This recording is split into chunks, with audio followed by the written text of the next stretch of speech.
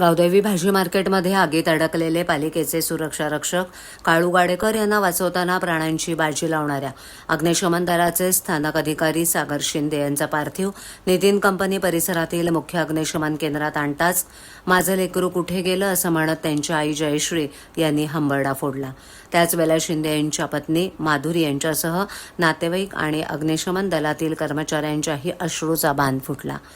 अग्निशमन दलानं त्यांना शहीद सलामी दिल्यानंतर सागर शिंदे यांच्यावर बाळकूम येथे रात्री अंत्यसंस्कार झाले, तर सुरक्षारक्षक काळू गाडेकर यांच्यावरही पुण्यातील गंगापूर या त्यांच्या मूळ गावी अंत्यसंस्कार करण्यात आले। शिंदे यांच्या मागे त्यांची आई, पत्नी आणि 2 महिन्यांची मुलगी असा परिवार आहे।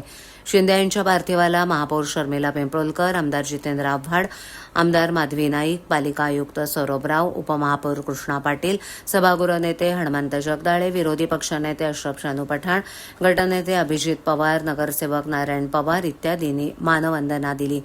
ठाणे अग्निशमन दलाचे मुख्य अग्निशमन अधिकारी गिरीश जळके, माजी मुख्य अग्निशमन अधिकारी अरविंद माणके यांच्यासह ठाणे, मुंबई, नवी मुंबई, पनवेल, कुळगाव, बदलापूर अग्निशमन दलाचे अधिकारी कर्मचारी यांनीही शिंदे यांना मानवंदना दिली।